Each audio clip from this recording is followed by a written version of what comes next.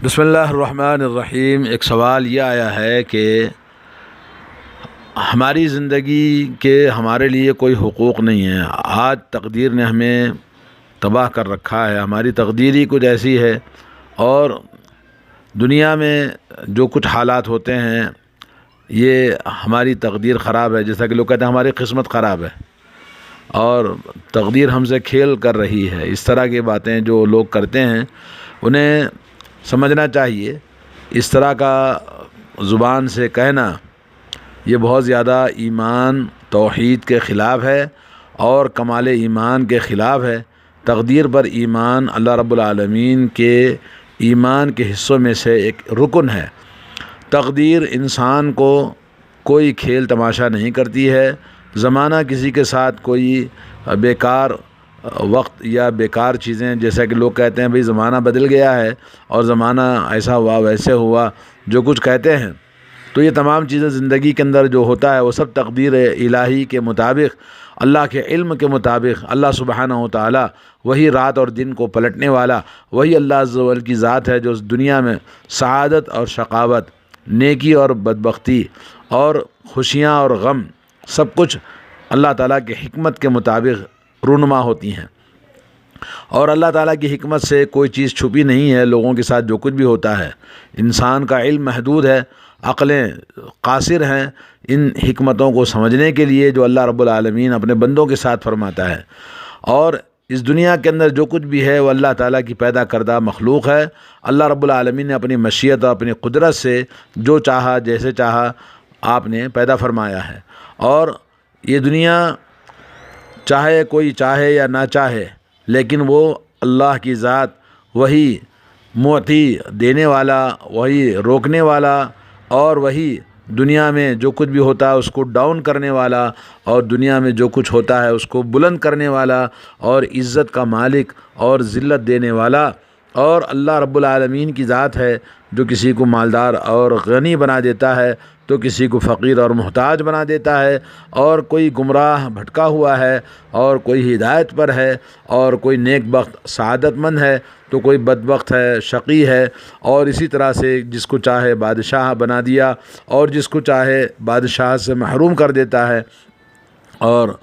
احسن کل شیء خلقہ، اللہ کی ذات ہی ہے جو ہر چیز جو پیدا کیا اس کو ہر اچھے انداز سے پیدا کیا، اور اللہ رب العالمین کے یہ افعال ہیں اور اس کے اوامر اور نواہی ہیں، اور اس کے اندر اللہ کی بہت بڑی حکمت ہے، اور اس کی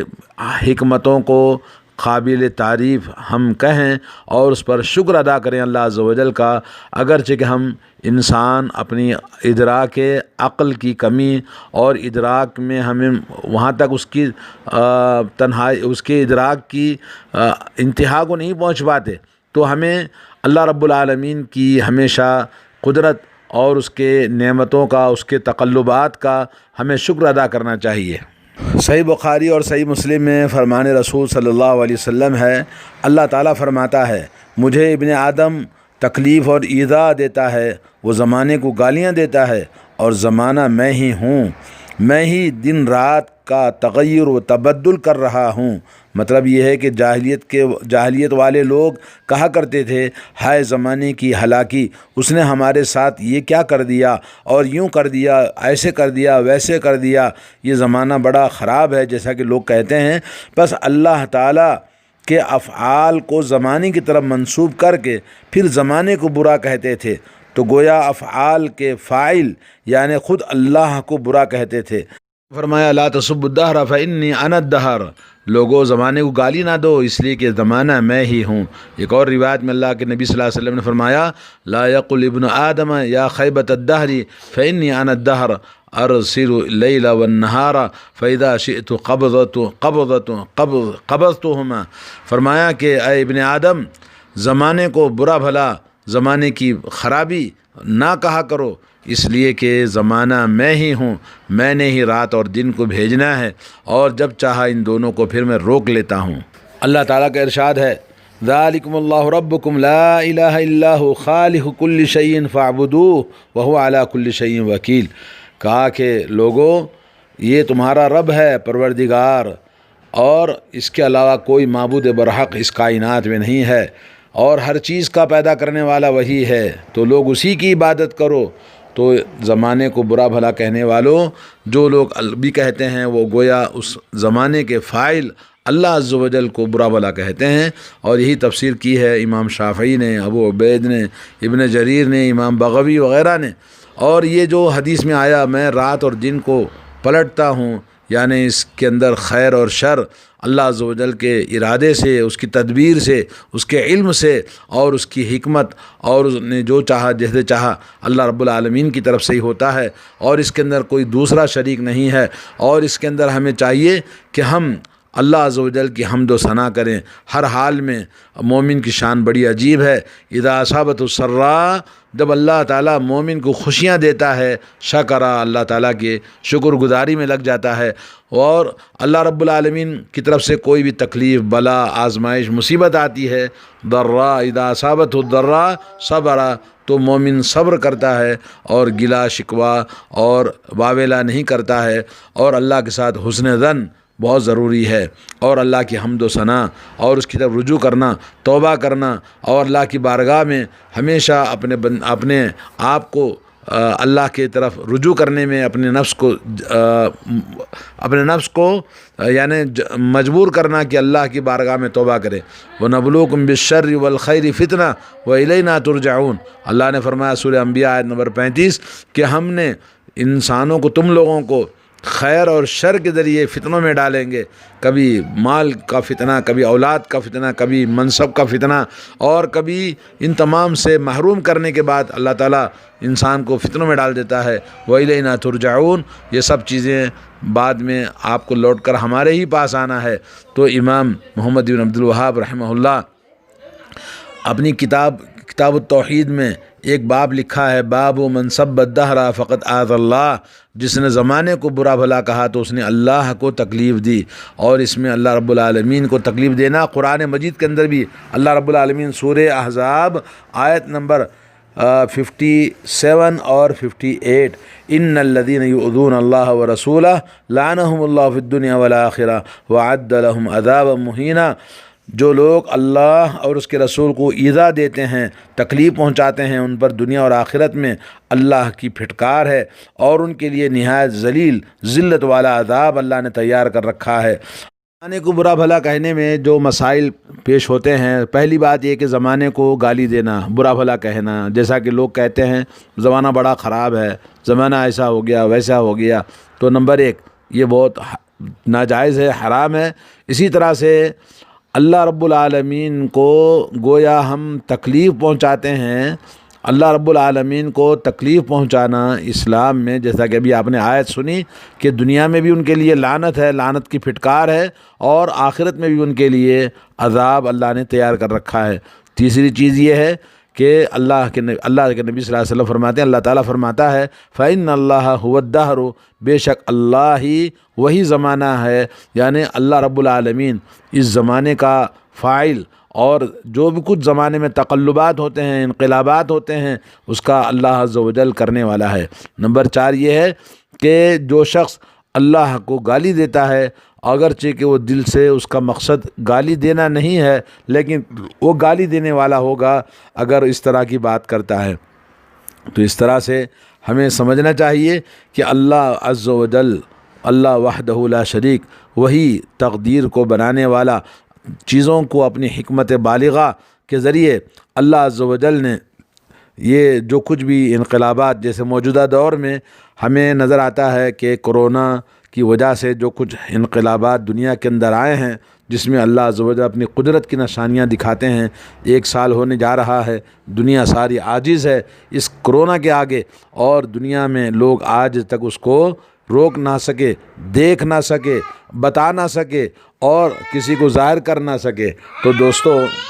یہ کہنا درست نہیں کہ اللہ تعالیٰ نے ہم پر بڑا تنگ کیا ہوا ہے، بڑی تکلیف ہمیں ہو رہی ہے، فلاں ہیں۔ اللہ کی شان میں کوئی بھی گستاخانہ کلمات کہنے سے ایمان سے خارج ہو جائے گا انسان۔ اور اللہ رب العالمین اپنے بندوں پر سب سے بڑا مہربان ہے، ماں باپ سے اور ہر چیز سے زیادہ مہربان ہے۔ اور اللہ رب العالمین اپنی مہربانی کا ذکر صحیح حدیث کے اندر آتا ہے واللہ ارحم بعبادہ من الوالدۃ بولدہا، ایک ماں اپنے بچے پر جتنی مہربان ہو سکتی ہے اس سے بھی زیادہ، ماں کی محبتوں سے زیادہ 99 درجے اللہ عز و جل کی محبت ہے۔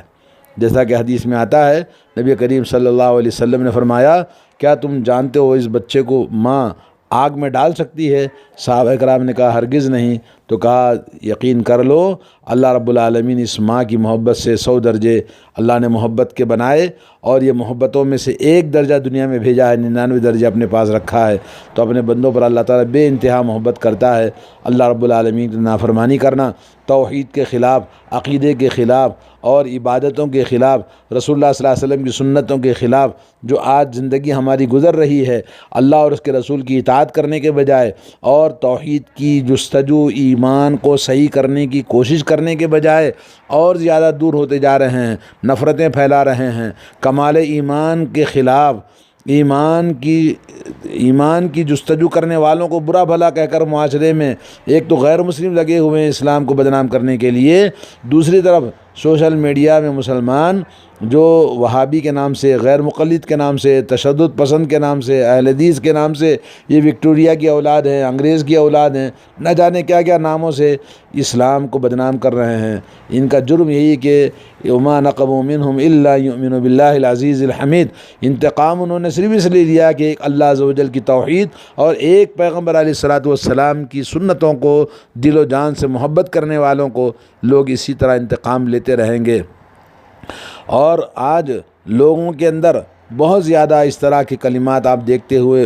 آپ محسوس کریں گے، سوشل میڈیا پر بھی لوگ کیا کیا برا بھلا کہتے ہیں، لیکن جن کو اللہ تعالیٰ من یرید اللہ ان یہدیہ یشرح صدرہ للاسلام، اللہ تبارک و تعالیٰ جب کسی کو ہدایت دینا چاہتا ہے تو دل کے دروازے کھول دیتا ہے، اور وہ انسان اللہ کی توحید اور ایمان خالص کو سمجھتا ہے اور توحید کو اپنا کر عمل صالح کرتا ہے۔ اور آج ہمیں ضرورت ہے اس بات کی کہ ہم اس طرح سے برا بھلا کہنے والے زمانے کو، حالات کو، وقت کو، اور اسی طرح سے یہ جو نئے نئے ہمارے سامنے امراض آ رہے ہیں، ہمارے سامنے یہ جو بلائیں، وبائیں، مصیبتیں، آزمائشیں، تو دوستو ان سب کو اللہ عز و جل کی قدرت اور اس کی حکمت بالغہ سمجھنا اور اللہ عز و جل سے معافی مانگنا۔ وتوبوا الی اللہ جمیعا ایھا المؤمنون لعلکم تفلحون، اے ایمان والو سب کے سب اللہ کی بارگاہ میں توبہ کرو تاکہ تم کامیاب ہو جاؤ۔ تو کامیابی ہماری اللہ عز و جل کی بارگاہ میں توبہ، استغفار اور الرجوع الی اللہ سے ہوتی ہے، انابت الی اللہ سے ہوتی ہے۔ اللہ تعالیٰ سے دعا ہے کہ اللہ تبارک و تعالی ہم سب کو صراط مستقیم پر چلنے کی توفیق عطا فرمائے، اور ہماری غلطیاں زبان سے، قلم سے، ہر طرح سے جو بھی ہماری غلطیاں ہوتی ہیں، ہمارے اعمال سے، ہمارے عقیدوں کے اندر جو برائیاں ہیں، اللہ تعالیٰ سب کو دور فرمائے اور ہمیں محفوظ رکھے۔ بے شک اللہ سننے والا اور ہماری دعاؤں کو جواب دینے والا۔ وصلی اللہ علی نبینا محمد وعلی آلہ وصحبہ اجمعین۔ السلام علیکم ورحمۃ اللہ وبرکاتہ۔